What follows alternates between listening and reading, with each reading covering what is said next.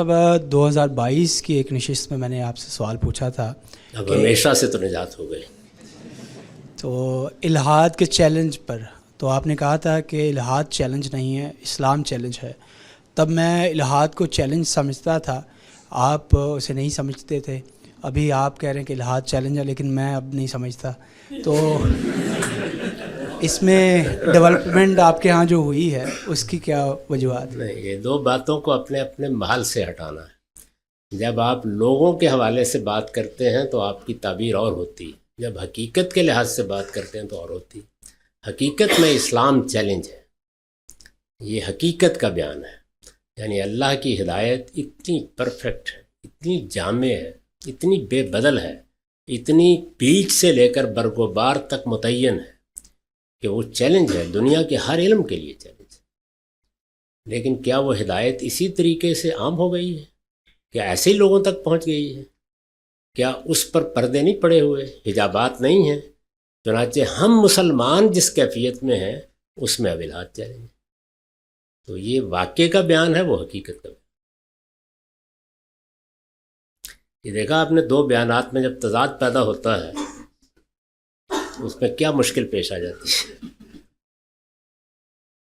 ایک تضاد میں نے اس نشست کی ابتدا میں مولانا سید ابواللہ صاحب مودودی اور مولانا عبید اللہ سندھی میں سلجھانے کی کوشش کی ہے.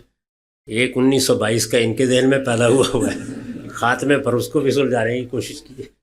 اب دیکھیے کب یہی چیز حدیثوں کے مطالعے میں بڑی غلط فہمیوں کا باعث بنتی. اس میں رسالت مآب صلی اللہ علیہ وسلم احوال کے لحاظ سے، موقع کے لحاظ سے باتیں کرتے ہیں، تو وہ موقع و محل سے ہٹا کے جب ان کو ایک عمومی تعبیر دے دی جاتی ہے تو مسئلہ بن جاتا ہے. آپ کس پہلو سے بات کر رہے ہیں؟ اسی کو دیکھیے، ایک بڑی بحث میرے نقادوں کے یہاں پیدا ہوئی. میں نے ایک مقام کے اوپر آپ میزان کو اٹھائیں، اور ویسے آپ فہرست میں دیکھیں. ایک تو یہ نا کہ آپ نے میزان پوری پڑھی ہو، کون پڑھتا ہے؟ تو آپ نے فہرست اٹھائی اور آپ نے مجھ پہ تنقید کرنی ہے. تو اس میں ایک عنوان ہے نبوت کی حقیقت. تو فاضل عالم نقادوں نے نبوت کی حقیقت جو میں نے بیان کیا اس کو اٹھایا ہے اور ایک پوری کتاب لکھ دی. نبوت کیا ہے وہ وہاں زیر بحث ہی نہیں. یعنی نبوت بطور منصب کہاں زیر بحث ہے؟ وہ دین حق میں بیان ہوا ہے. اور نبوت کی حقیقت کیا ہے وہ وہاں بیان ہوا ہے. عنوان ہی کو نہیں سمجھا گیا کہ وہ کیا ہے. تو یہ ہوتا ہے بالوں کا. یعنی وہ بات جو نبوت کی حقیقت میں بیان ہوئی ہے وہ اس محل کی بات ہے، اور جو بات نبوت کو منصب کے لحاظ سے بیان کرنے کے لیے ہوئی ہے وہ دین حق میں بیان ہوئی ہے. یعنی منصب کو میں نے بیان کیا ہے کہ اللہ تعالیٰ کسی انسان کا انتخاب کرتے ہیں، اس کو مخاطبے سے مشرف کرتے ہیں اور اسے مامور کر دیتے ہیں کہ وہ ان کی ہدایت لوگوں تک پہنچائے اور اس نبع عظیم کی منادی کرے جو موت کے بعد واقع ہونے والی. یہ نبوت کا تعارف ہے. یہ انہی الفاظ میں آپ دیکھیں دین حق میں ہوا ہے. لیکن نبوت کی حقیقت میں نے صرف ایک جملہ لکھا ہے، نبوت کی حقیقت مخاطبہ الہی. یہ دو بالکل الگ الگ باتیں. وہ حقیقت ہے، وہ اس منصب کا ظہور ہے. یعنی وزارت عظمیٰ کی حقیقت یہ ہے کہ انتظامی ذمہ داریوں کو کوئی شخص سنبھالے، یہ اس کی حقیقت ہے. وزیر اعظم کون ہوتا ہے؟ وہ آئین باقاعدہ طور پر طے کر کے بتاتا ہے یہ وزیر اعظم ہوتا ہے، یہ اس کا منصب ہوتا ہے، اس طریقے سے اس کا تقرر ہوتا ہے، یہ اس کی مدت ہوتی ہے. یہ اب اس وزیر اعظم کا تعارف. تو منصب کا تعارف بالکل الگ چیز ہوتی ہے، کسی چیز کی حقیقت بالکل الگ ہے.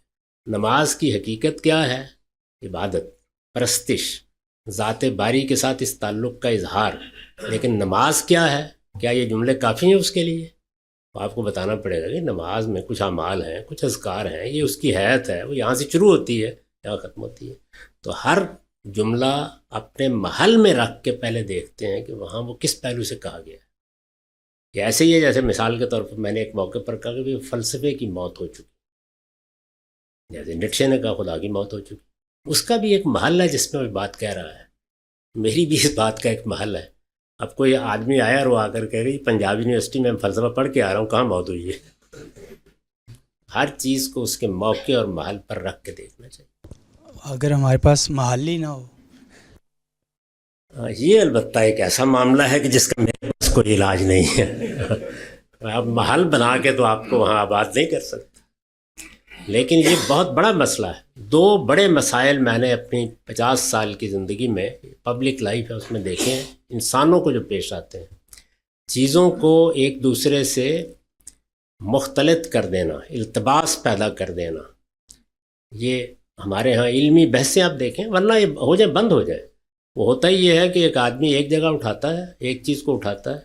مثال کے طور پر ہمارے ہاں جو دین کا علم ہے اس کے لیے ایک اصول قائم کرنے کی روایت قائم ہوئی، بہت عظیم روایت ہے. یعنی مسلمان اس پر فخر کر سکتے ہیں. دین میں اصول کیا ہے، خود دین کے کیا ہے اور دین کو سمجھنے کے کیا ہے. یہ دونوں چیزیں بہت بڑی بحث کا باعث بنی ہیں. اصول کیا ہے، علم کلام کا موضوع ہے. سمجھنے کے اصول کیا ہے، اصول فقہ کا موضوع ہے. اب اس سے ایک اسٹرکچر بنا ہے ان دونوں علوم کا. اس اسٹرکچر کو مدرسہ فراہی نے بڑی حد تک توڑ دیا ہے. لوگ کیا کرتے ہیں، وہ اپنے اس فریم میں ہمیں فٹ کرنے کی کوشش کرتے ہیں. اس سے تضادات ہی پیدا ہونا شروع ہو جاتے ہیں. آپ ہر بحثیں پڑھ کے دیکھ لیجیے. کرنا کیا چاہیے کہ آپ اس اسٹرکچر میں کھڑے ہو کر ہمارا مطالعہ نہ کریں.